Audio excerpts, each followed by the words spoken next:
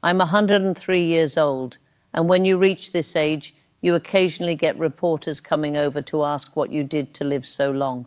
Well, I do have a few health tips that I've gathered from a century of testing on this very body. My name is Mabel Rose Thompson. I came here today because something happened to my dear friend Dorothy. We've been friends since 1959, 65 years of friendship, if you can believe it. And what happened to Dorothy nearly brought me to my knees. Dorothy woke up one morning last spring and she couldn't lift her left arm, couldn't speak clearly. Her face had drooped on one side overnight. Her daughter found her sitting at the kitchen table, confused, scared, and quietly convinced she was dying. Dorothy had a stroke. She was 89 years old, living alone, and she had a stroke in the middle of the night. And she had been doing everything her doctor told her to do. She took her medications. She didn't smoke. She hadn't had a drop of alcohol in 30 years. She walked every morning. But there was one thing nobody had ever told Dorothy, not her doctor, not her cardiologist, not her children. Something so simple, so quiet, so seemingly harmless that it never once crossed her mind as dangerous. It was the way she slept. 30%. 30% of all strokes happen between midnight and 6 o'clock in the morning, not during exercise, not during a stressful phone call, not during an argument, during sleep, while we are lying still, unconscious, trusting our bodies to keep us safe. So let me walk you through what I've learned, and I'm going to start with the least concerning and work my way toward the one that shocked me most. The one that, when I found out about it, made me sit down on the edge of my bed and say out loud, "Good Lord, Mabel, you've been doing this wrong for decades. Please leave your name and age in the comments below so we can chat and make new friends here." Number 5, eating a large meal right before bed. Now, I know this one doesn't sound like a sleeping posture, but hear me out, because this one sets the stage for everything else. When I was raising my children, I have 4 children, 12 grandchildren, and at last count, 21 great-grandchildren. Dinner in our house was the big meal of the day. We'd eat at 7, sometimes 7:30, and after dinner, I would clean the kitchen, maybe watch a little television, and then go to bed by 9. For years, I never thought twice about it. But here's what happens inside your body when you eat a large, heavy meal and then lie down within 2 to 3 hours. Your digestive system is working hard, pulling blood flow toward your abdomen and away from your brain. Your blood pressure shifts. Your body is juggling 2 major jobs at once, digestion and the beginning of the deep sleep cycle. And for people over 60, that juggling act puts real strain on the cardiovascular system. The advice I've since heard, and that I now follow myself, is simple. If you can, try to eat your larger meal at midday and keep your evening meal lighter, and give yourself at least 2 to 3 hours between your last bite and the time your head hits the pillow. Your heart will thank you. Your brain will thank you. Number 4, sleeping flat on your back with no elevation. I want to be careful here because I know a lot of people have been told their whole lives that sleeping on their back is the correct, proper, dignified way to sleep. And for younger people, for certain spinal conditions, that may very well be true. But for those of us who are older, particularly those who have any history of high blood pressure, heart disease, or who snore, and Lord, I snored for about 40 years before I figured this out.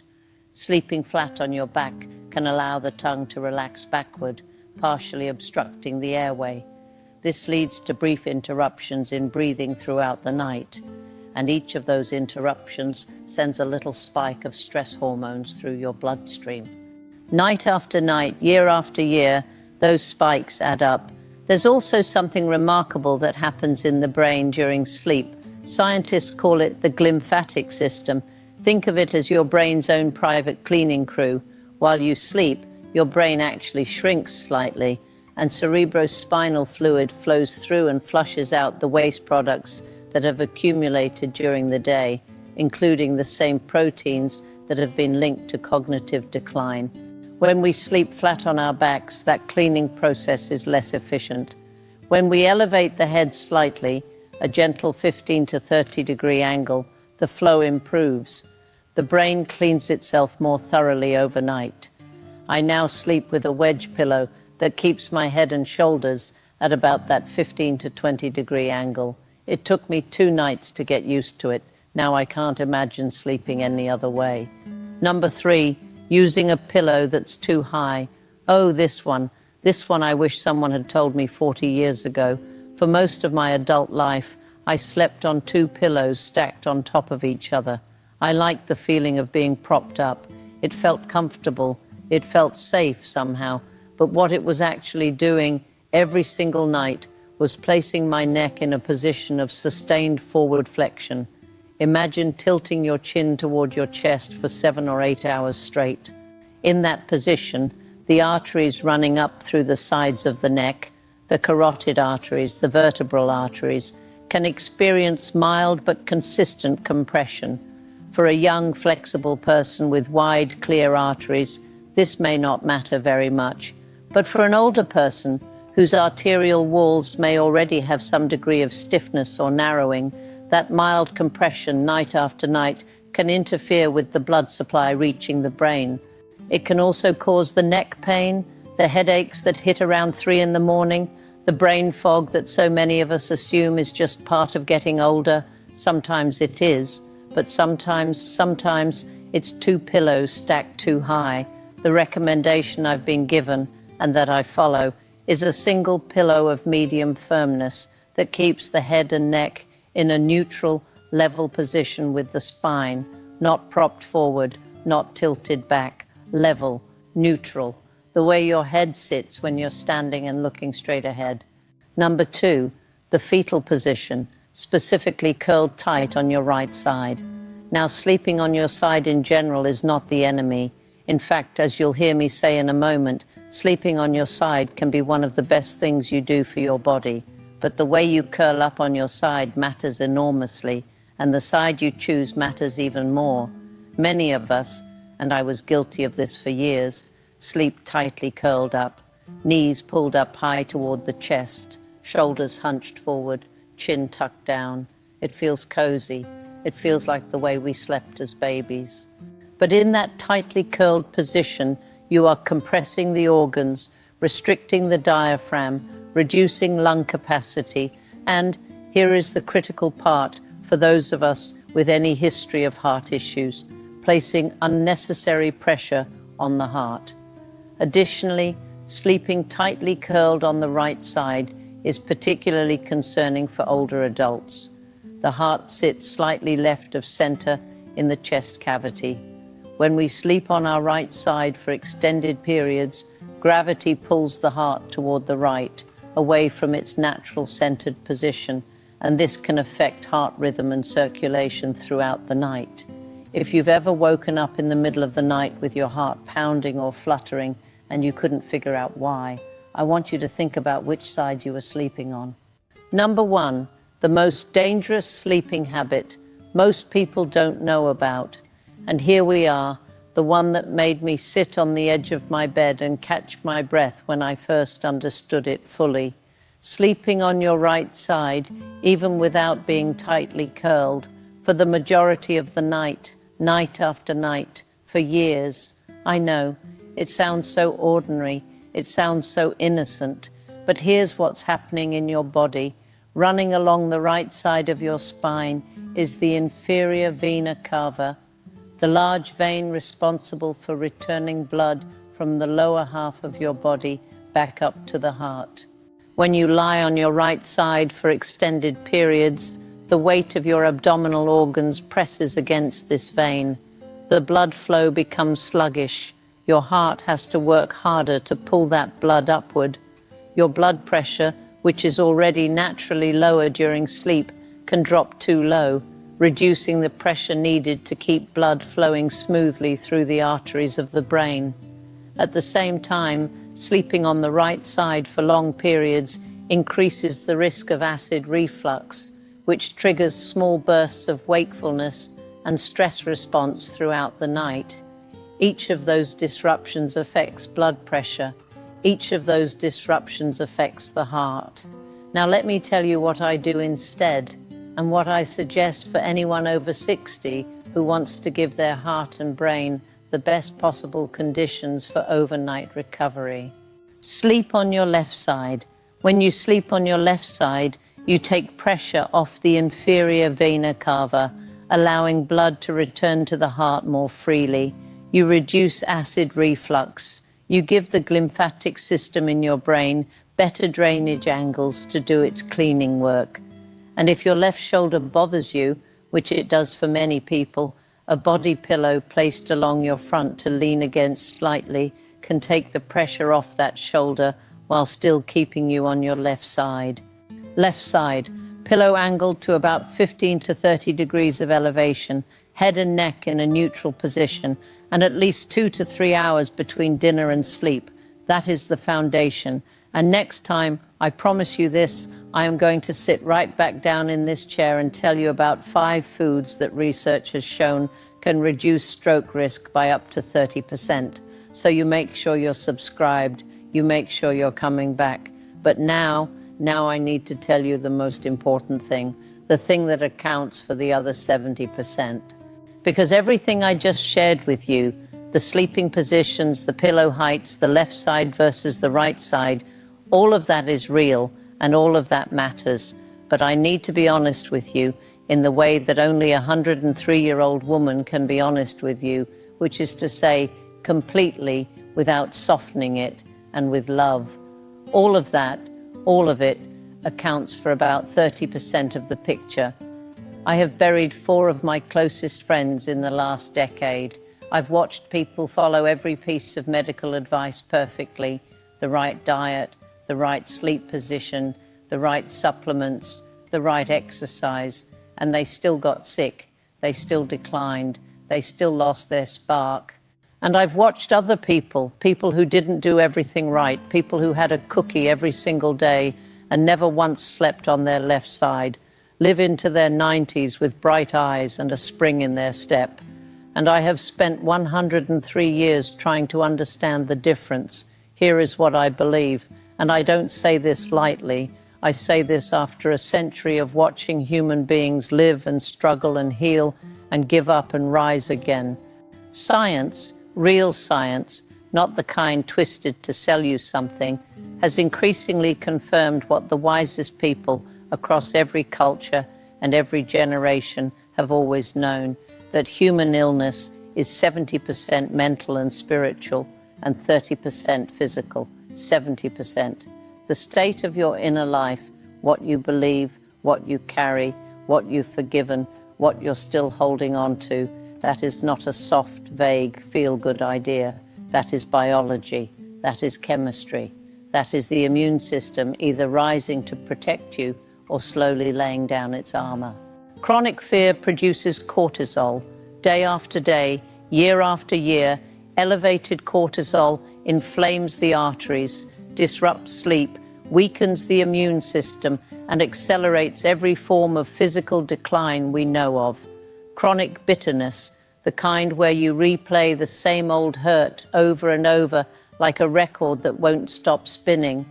Chronic bitterness has been shown to elevate inflammatory markers in the blood just as surely as a poor diet does. And on the other side, people who report having a sense of purpose, a genuine reason to get out of bed in the morning, live measurably longer than those who don't. Not as a metaphor, as a measured, documented, reproducible scientific finding. So I want to talk to you about 3 things. 3 things I have practiced for longer than most of you have been alive, and that I credit more than my diet, more than my sleep habits, more than anything else, with the fact that I am sitting here in front of you at 103, independent, clear-headed, and genuinely happy to be alive. The first thing is faith. Now, I'm not here to tell you what to believe or how to worship. I have too much respect for you and too much experience in this world to think that faith looks the same for every person. But I will tell you this, every single morning of my life, For as long as I can remember, I have started my day by acknowledging that I am not alone, that there is something larger than me, wiser than me, more patient than me, working in and through and around this life of mine. That practice, that daily act of placing my trust somewhere beyond my own limited understanding, does something to a person. It lowers the shoulders. It quiets the racing mind. It replaces the baseline of dread that so many people carry unconsciously, that low-grade hum of anxiety about the future, with something steadier, something that feels, to me, like solid ground. Faith is not the absence of fear. Lord knows I've been afraid plenty of times in 103 years. Faith is the practice of returning again and again to something that holds you even when you're afraid. And that practice over a lifetime reshapes the nervous system. It truly does. If you have a faith tradition, I encourage you, gently, without judgment, to return to it. Dust it off. Let it hold you again. If you don't, I simply encourage you to find something larger than yourself to place your trust in. Nature, community, the astonishing fact that you are here at all, whatever it is that makes you feel, even for a moment, that you belong to something worth belonging to. The second thing is sincerity, compassion, and patience with yourself first. I have met a great many people in 103 years who are very kind to other people and absolutely merciless with themselves. They speak to themselves in ways they would never speak to a friend. They replay their mistakes with a cruelty and a precision that exhausts the soul. They hold themselves to standards they set when they were 30, and then they punish themselves at 80 for not meeting those standards anymore. This does damage, real measurable physical damage. Nurturing your spirit means treating yourself the way you would treat someone you genuinely love who is having a hard time, with sincerity, meaning being honest about what you feel without drama or performance, with compassion, meaning meeting your own pain and limitation with kindness instead of contempt, and with patience, meaning understanding that healing at any age is not a straight line. The body follows the spirit. When the spirit is at war with itself, the body wages war.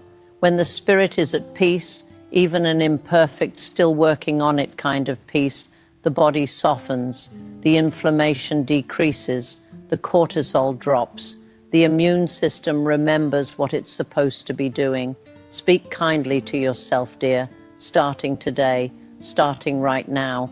It is not weakness. It is not self-indulgence. It is one of the most important things you can do for your health. The third thing, and this is the one that I believe has added years to my life, is this: help someone. Every single day, if you possibly can, do something that makes someone else's life a little better. It doesn't have to be dramatic. It doesn't have to cost money. It can be a phone call. It can be a note slipped under a neighbor's door. It can be holding the door for a stranger at the post office and asking them with genuine interest how their day is going. Here's why this matters so profoundly, especially for those of us who are in our later years. One of the greatest health crises among older adults isn't blood pressure or cholesterol or even sleep position. It is the quiet, corrosive belief that we are no longer needed, that the world has moved on without us, that our best days were behind us and now we're just waiting. That belief is a killer. Slowly, softly, gently, it dims the light in a person. It reduces immune function. It increases inflammation. It literally shortens life. But the very moment you do something that matters to someone else, your brain releases a cascade of chemistry that your sleeping position and your pillow height and your carefully timed dinner cannot produce. Purpose produces what medicine cannot manufacture. You are not here merely to manage your own decline. You are here at every age to contribute something, to be needed, to be of use, to look into another human being's face and see it change because you showed up. I volunteer at my local senior center 3 mornings a week. I read to children at the library on Fridays, and I sit here talking to you because I truly believe, that somewhere out there, one of you is going to hear something I've said today, and it's going to change something, maybe something small, maybe something everything. That belief gets me out of bed in the morning. That belief keeps me sharp. That belief, I am convinced, is why I'm sitting here talking to you at 103 instead of being talked about. So here is what I want to leave you with today. You beautiful, brave, still here person, sleep on your left side, elevate your head gently, don't eat heavily right before bed, watch that pillow height, let your body do its magnificent healing work through the night, but then do the deeper work. Tend to your faith, be sincere, compassionate, and patient with yourself, and find someone to help, find someone who needs you, because I promise you, they are there. They are always there. The 30% matters. Your sleeping position matters. The physical care of this body that has carried you through so many seasons of life, it matters. But the 70% is where you live. The 70% is the quality of your inner life, the state of your spirit, the daily practice of showing up with love and purpose, and the stubborn, beautiful refusal to believe that your presence in this world is anything less than significant. I am 103 years old. I live alone. I cook my own meals. I drive to the library on Fridays. I have outlived 2 husbands, one of my children, and a number of people who were certain they were healthier than me. And I'm going to tell you the same thing I told my daughter when she asked me once what the secret was. Baby, I said, I just kept deciding that I wasn't done yet. You keep deciding that too. I'll see you in the next one, sweetheart. You take care of yourself and go help somebody.